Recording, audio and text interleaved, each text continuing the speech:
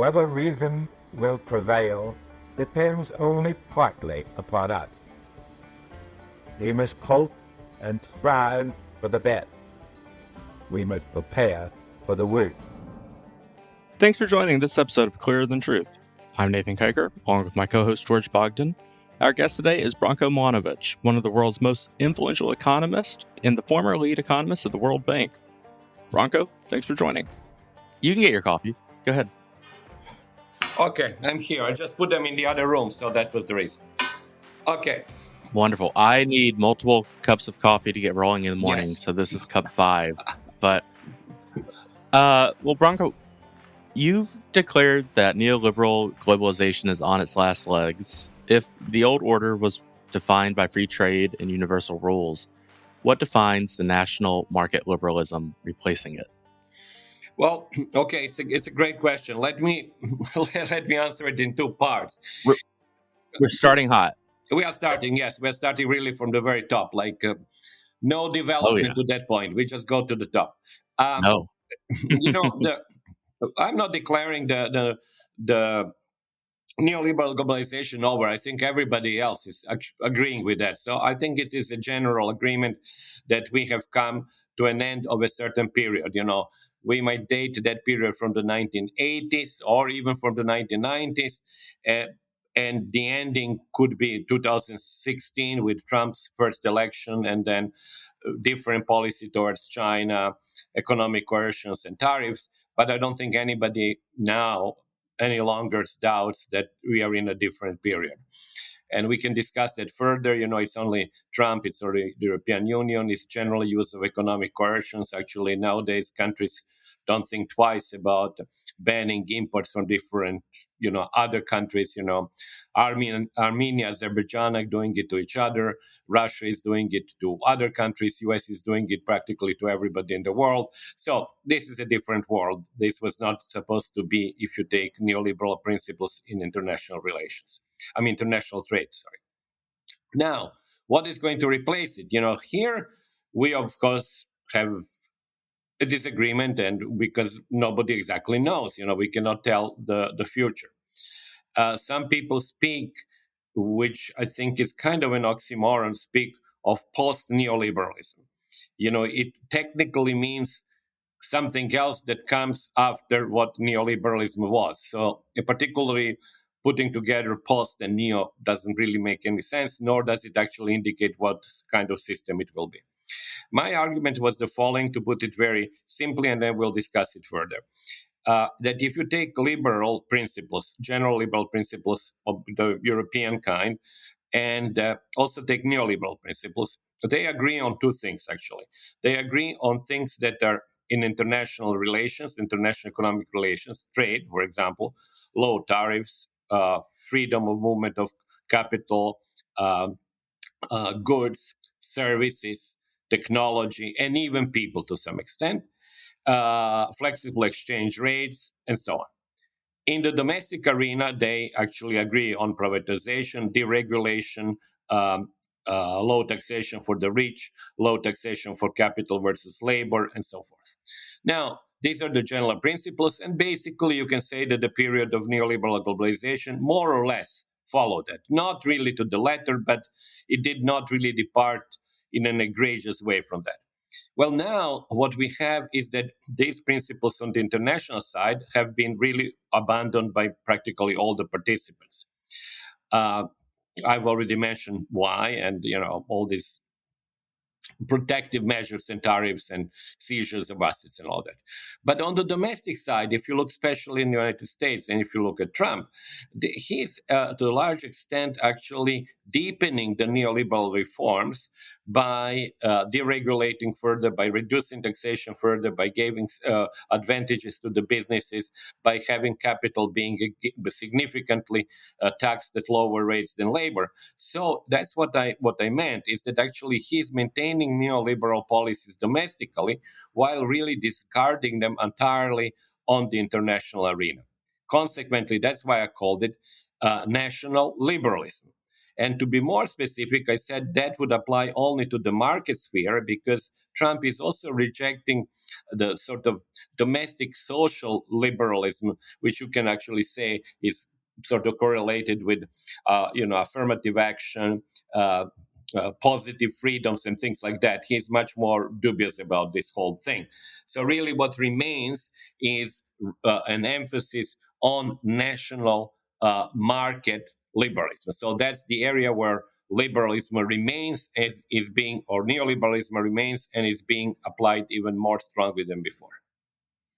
Fascinating stuff. I mean, I'm wondering, as I look at kind of the breadth of your work, do you think there's something that we should be going back and reading folks like Karl Polanyi, who are looking at periods of economic liberalization and the response, and trying to understand that these are always kind of pendulum swinging back and forth? Or how should we, who are trying to understand the present, look at kind of historical episodes? I'm a big fan of looking back, really, because, the contemporaries, and it's not only us, that has been the case since, human history. It's very hard for contemporaries to actually understand what is happening. And, there are people who have written about that. I recently read Isaiah Berlin. The difficulty for contemporaries is to understand the importance of certain action, because certain action acquires importance only in the passage of time. You could actually, let me give a very simple example. When Trump attacked Iran the first time, it seems like, I remember I was absolutely shocked. I thought it was really the beginning of a war, possibly even the Third World War. But as you remember, the reaction of Iran was quite non-existent. The whole thing just sort of evaporated within 48 hours.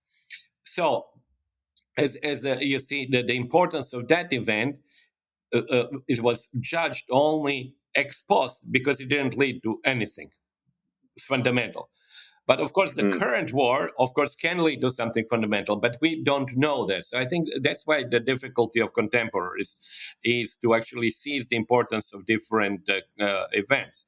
Now, that's why I think actually reading, and of course the book, as you mentioned, definitely is, how should I say, influenced by Polanyi. The title is clearly Polanyian, if you wish. And I read Polanyi when I was much younger, and I understood more or less the main sort of features of the book. But honestly, I reread him only about 4 years ago, and that was quite different. Actually, I could see things much more clearly, and I believe that actually rereading Polanyi, as you said, is very useful, because it essentially, the problem is the same, essentially. In the case of Polanyi, that was social adjustment to the sort of difficulties of the Industrial Revolution, and basically transformation of an agricultural society with very strong social underpinnings into an open society where market rules and where the industry, the manufacturing, become really dominant. Nowadays, we have also a really big transformation, not only from manufacturing to services, but we have it globally now with the rise of new powers like China, India, Indonesia, and so forth. So really, there are very strong similarities there. I want to ask, just about something I think I read in your Substack from about a year ago, and it's about how economists have difficulty interpreting policies that you could call lose-lose, but that result with the initiator of the policy being in a better relative position. I don't know if this is ringing a bell a little bit, but I think it was around, some of President Trump's first pushes. And this fascinates me, right? Because I'm not trained in economics, but I'm stunned by some of the blind spots in contemporary economics. For example, comparing utility is very difficult to do. A wealthy man scooping, another spoonful of caviar in his mouth, you can't compare that utility to a mother, trying to, provide, just a snack to her starving children, right? These are utility, but you can't compare them. And I offer that as an analogy because I think, to the extent we're trying to understand moments like the, Hormuz crisis that we're going through now, is it possible to see, that this is, some kind of lose-lose, but where the United States vis-a-vis its competitors is in a stronger position? Or is that not an analogy that kind of makes sense for the current moment? No, I think the analogy makes sense, but let me stay away from like daily events, because as I was saying before, for the contemporaries, we really, cannot really judge them because obviously we don't we cannot know the implication of these events. And moreover, if you look at the current situation, we do have in case of Mr. Trump a very volatile president. So spending enormous amount of effort in figuring out his actions today is really like kind of oftentimes waste of time, because tomorrow he will do an action which will be the opposite of today's.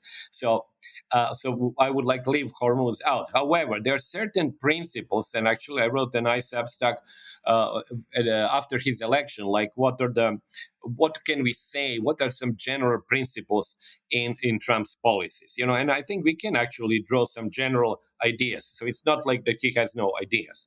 Okay, and one of them, I think, when you mentioned this a lose-lose, I think it's not only his. In this case, it is really the relative relationship between the United States and China. And one has to understand that in the following way. Let us, for the sake of the argument, agree that the U.S. policies under Biden and under Trump have been sort of bad for both growth rates of the United States and growth rate of China. All this trade conflict were in principle bad for both of them. And people have actually studied that both in China and in the US, I mentioned them in a footnote, different institutes in Washington and also one institute in Beijing. And they come to the conclusion that the trade friction and the trade conflict would actually be more costly to China than the US, than to the United States. Meaning that, okay, let's suppose China would lose 3% of GDP of growth and US would lose 1%.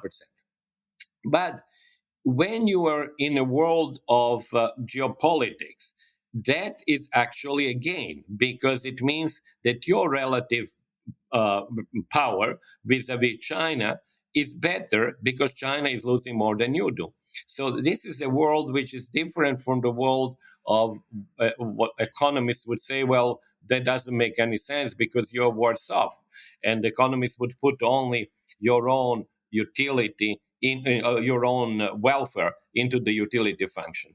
But if you broaden the utility function to include your relative power, then of course that beggar thy neighbor, or the policy of zero sum game, or actually even policy of negative sum game, begins to make sense. So I think from political reasons, even some policies that seem crazy do make sense. Your data shows the rise of Asia is the great income reshuffle since the Industrial Revolution. Is this convergence finally ending the 200-year era of Western economic hegemony? Yeah, I think so. It's actually ending it. And as you know, actually in the book, I put it on two different planes. One is the relative economic size of different countries. So clearly, if you look at the distribution of economic activity, let's suppose you locate yourself somewhere high up and you look at the distribution of economic activity in 1950 or 1970, of course, Asia would play some role, but very small role. And actually, you see that in my book, China's contribution in 1980 to the global GDP was 2%. India at that time was also, I think, 2 or 3%. Indonesia probably 1%. So we are basically seeing large parts of the world, which on those days too actually had lots of people, percentage-wise maybe 40% of the population of the world, but their contribution to the global economic activity was small. If you take the same picture today, of course, it's a striking difference. China is 22% of the world GDP. India is 9%. I think that Indonesia is 3 or 4%. So we are really talking about Asia having about 40% of the global output, or maybe even more. So simply factually, if you look at these two pictures, you see there was really a big change. And that big change means the less of a economic dominance of the West compared to the case in the last more than 100 years, probably 200 years, actually. We go back to Madison's data to 1820, and you can trace that from that point. But let me just, I will not expand too far, but just want to say that the effect of that redistribution of economic power that here we observe at the level of nation states has its impact also on individuals. In other words, if China becomes much more productive and important in the world. Well, the Chinese have relatively higher income, or actually have growth of income, which is greater than growth of income of people, I suppose, in England, the US, and Germany. So there is this reshuffling of global income positions. So that's the whole, well, maybe one of the main stories in the book. I'm trying to put together two developments. One development is a change in relative positions of nation states, which of course leads to geopolitical conflict and all the things that we are talking about. And that same change has its counterpart directly at the level of individual incomes, because the countries that are getting richer obviously have people who are getting richer. Now, these people in Asia, who were generally at the lower part of the global income distribution, are now moving into the upper reaches of the global income distribution. And as they do so, they overtake some people from the Western countries. So people like Italy, being for me the prime example of which has not grown in 25 years, they slide down in the global income ranking. And that was the second big change, reshuffling of global income positions. And since I've been working with this microdata for 40 years, obviously that struck me for a long time ago, and I've been writing about that. And in this book, I really try to bring these two elements together, the geopolitical one and the personal. One of the predominant theories of the 2000s, 2010s was about sort of the rise of the rest that people like Fried Zakaria would talk about. I guess my question is, why does it matter? Doesn't a rising tide lift all boats? Isn't it good if we have the developing world developing full on strong economies? Like, what is the long term impact of this sort of rise of the rest here? Nathan, that's an excellent question. First, let me say about Farid Zakaria. Of course, people have not brought together these two developments as one development. The two developments that they described at the level of nation state, at the level of individual incomes, are really the result of the same development. It's just that one is reflected at the power of your country, the other is reflected at your relative income position. Now, you ask a very good question. Like, why does it matter actually? Isn't the world better if you have more people from Asia being now richer than they used to be? And when I give these talks, and sometimes I give it to a larger audience, very young people, students, and all of that, and I ask that same question. I said, do you think, guys, that actually greater equality of incomes between different parts of the world and people in the world, is it a good thing? And of course, everybody says, yes, it is a good thing. And of course, they all agree. But then I say, this is easy to agree in this kind of abstract way. But let's break this down. If this happens, not to repeat myself, but that could lead at the level of geopolitics, it could lead to a conflict, because the big hegemon, the current hegemon, the US, does not want to have a threat to its hegemony from another big country that has now become much more powerful in terms of economics, technology, and of course has lots of people. So you see something which looks on the face of it, well, very good development. Why wouldn't China become richer? What does it matter to me? In reality, it becomes a political development that might lead to the conflict. But even the personal level that we talked about, you should say, well, really, why should it matter? Some guy in China is richer than I now, and so what? What does it make for me? What difference? Well, the point is, it does make a difference for you that gradually you would actually be pushed down in this global income pyramid or the distribution, and there will be certain internationally priced goods that you would not be able to buy. It could be the tickets for the World Cup. It could be, a new iPhone. Or it could be, and that's quite important, and we see that obviously in countries like Italy, Spain, Greece, and so on, you would actually not be able to keep, or you will sell the very nice house with a beautiful view on Grand Canal or something like that. In other words, the power of money that is now in hands of somebody else is going to make itself being felt. And on top of that, in many of these countries that we're talking about, like Italy, Germany, and so forth, or United States, the top of the income distribution in those countries has really grown faster than the middle class. So what the middle class saw is that actually they're being overtaken in some sense, or at least somewhat overtaken by the Asian middle classes, and the top of their own co-nationals, the top of their own income distributions, has really done very well. So they just feel themselves sort of between these two forces. And I try to ascribe that actually with the data, because indeed with personal incomes, you do actually notice that. When you have access to personal incomes, yeah. Yeah. I wanted to ask a kind of related question, because I don't know if Nathan shared with you, but I was, in the administration in the first 4 months of the tariff policy being implemented, and I was in U.S. Customs and Border Protection. I was kind of the top trade appointee. Yeah, and so there's lots of interesting data there, which I was looking over every day, and there was this assumption, I think, because of what I'll call kind of the hegemony of kind of neoclassical economics among kind of people that are college educated, that the tariff always functioned as a tax, right? Because it was the American consumer that was paying it. And yet, when you look at certain categories of goods, it was very obvious that, for example, the Chinese were lowering the what's called declared customs value of a good to accommodate the tariff, right? And when I would try to explain this to people, it was as though their head was going to explode, because this is not how we understand supply chains, right? There would be an efficiency on the Chinese side, we would assume. And the reason I'm raising this is because, I agree with the points that you raised about China's, or with the sort of Asia's growing relative position in the world economy. But I wonder whether there's an embedded vulnerability in the reliance or in the state funding of manufacturing, right? Because in a sense, there are internal forces in China that require that the state continue to see these manufacturing jobs work, such that they're willing to take or eat these tariff increases in prices to avoid damaging that relationship between the state and those who are manufacturing.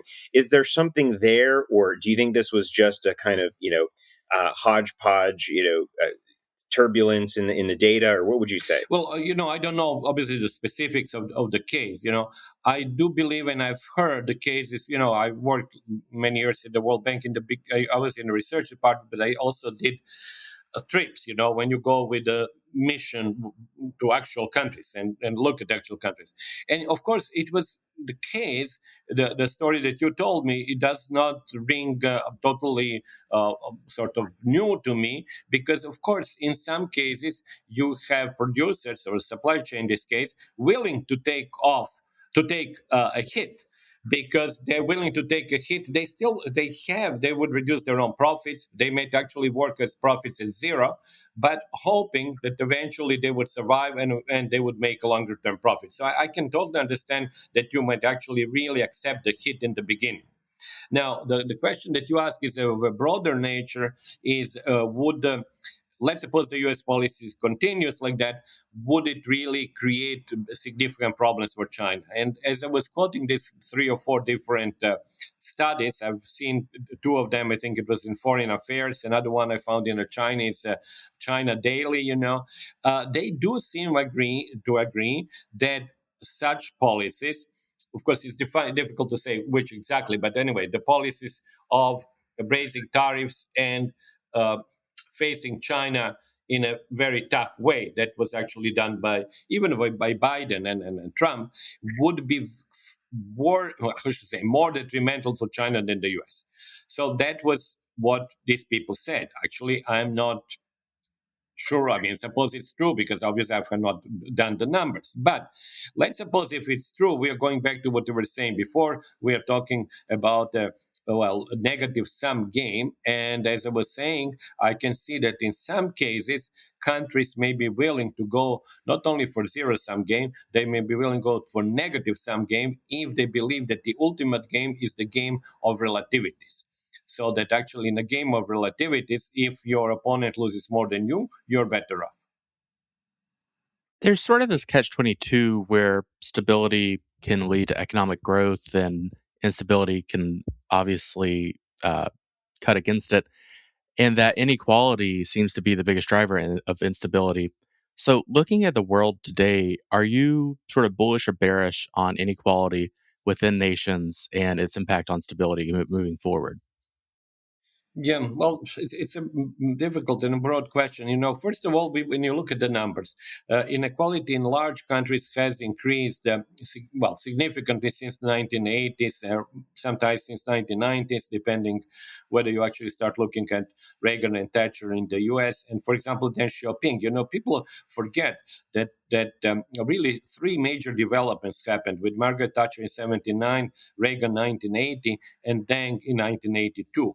So actually, the neoliberal era not didn't start only in the West; it started in China as well. And 85 was Gorbachev in the Soviet Union. So we basically have within 6 years an entire change in the economic and political situation in the world. So from that point, if you look at all these countries that I mentioned, of course, if you compare inequality today to inequality in 1980s, it is greater, it is higher. But does not mean that inequality grows every year. For example, in the UK, there has been a decline now 6 years, I think consecutive years of a decline of inequality. I actually don't even know exactly what it is. I understand there are increased social spending, but I really don't know. I mean, I have not. Actually, I was surprised by the lack of papers on that because UK inequality, based on the official data, is actually, as I said, 5 or 6 years really on a very declining trend. So it's still higher than it was 1980, but I'm just saying that the latest 6 years have seen a decline. The U.S. inequality too, actually, it goes up and down. It's in Gini terms, I know that to many people it doesn't mean much, but it's like Gini terms, it's about 41, and it used to be before Reagan, it used to be about 35. But it has not gone. Again, it has been relatively stable. Actually, the last year of COVID, it declined very significantly because of the U.S. government CARES program, which was extremely wide and actually covered some 60 to 70% of households. So Gini coefficient in the U.S. went really down very significantly that year, and then of course went back. So what I'm saying is that inequality is not something, when we look at the numbers, that permanently keeps on rising. Now, does it represent a problem? I think that in some cases it definitely does. But you have also to realize, and I come originally from a socialist country, that lack of inequality also represents a problem. So if you have an inequality which is extremely low, obviously the incentives for people are not there. People will not work if everybody is paid the same. And if you don't have returns to your inventions or innovations or whatever, you will not going to produce it. So, we do have, and I cannot tell you what is that Gini coefficient that the country should have, but we do have to realize that inequality, first, is not a binary thing. It's not like you have equality or inequality. You do have it's a continuum. It's like a temperature. It's not like you have two temperatures, 0 degree or 100 degrees, or you put it in Fahrenheit, 32 and I don't know, 150. You have a continuum.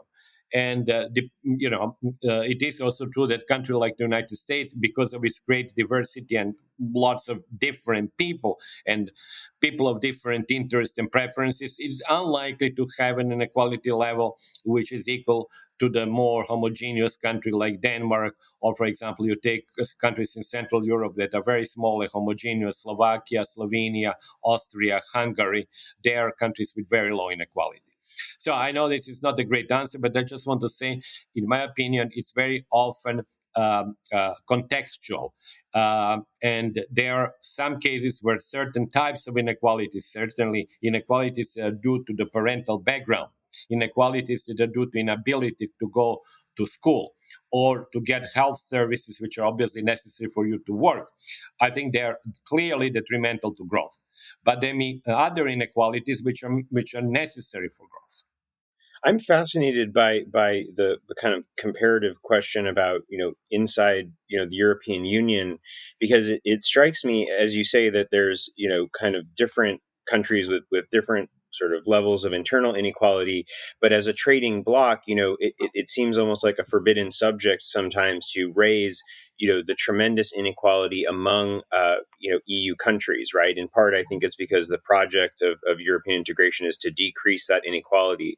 But do you think that there's a kind of underlying structural problem in that some European countries, despite these decades of integration have remained in a stronger economic position relative to others who are in the bloc, or is that something that's fading away? George, that's a super interesting question. I recently had a blog on Substack on that, because a friend of mine, a German friend of mine, whom I've known for many years, he was always very interested in EU as a whole inequality. So I actually look at the EU as one country, like the United States, okay? And he was not the only one. There were papers on that, and actually Europe actually has the advantage. This is broader than the EU. They run a single survey, which is called SILK, which actually has the same questions. So they basically cover 33 countries, and they do have comparable data. Okay, I was never really. For a while, I was not really particularly interested in that. I was not working on that. But when he sent me his paper, I said, look, I've got all this data from around the world. So for me, just to extract EU 27 is not a big deal. I actually did this whole thing in one day because the data are there. Okay, so what do you see then? I went back to 1993 and assume, let's suppose all these countries, EU 27, were there throughout. You do have a very significant decline in inequality of the EU 27. EU 27 and the US were about the same in 1993. Because of the convergence of East European countries, the inequality convergence, meaning they're catching up with the richer members, the Gini coefficient, the inequality in the European Union as such, has gone down. Individual countries' inequalities have not gone down, but poorer countries, let's suppose Bulgaria, Romania, and then, of course, in the past, Czech Republic, Slovakia, Lithuania, have caught up, generally speaking, particularly with Greece, Italy, Spain, Portugal. So there was greater compression of incomes, and today, European Union as a whole is less unequal than the US. The problem is the following, that convergence of income has a limit. So they would actually, if they all had the same mean income, so Bulgaria has the mean income of Luxembourg, they would become more equal, but the gain is now small because lots of convergence has already taken place. So you can say, in that sense, European Union was a success because it had convergence of poorer members towards the richer. Branko, thanks again for your time, and to our listeners, be sure to tune in next time.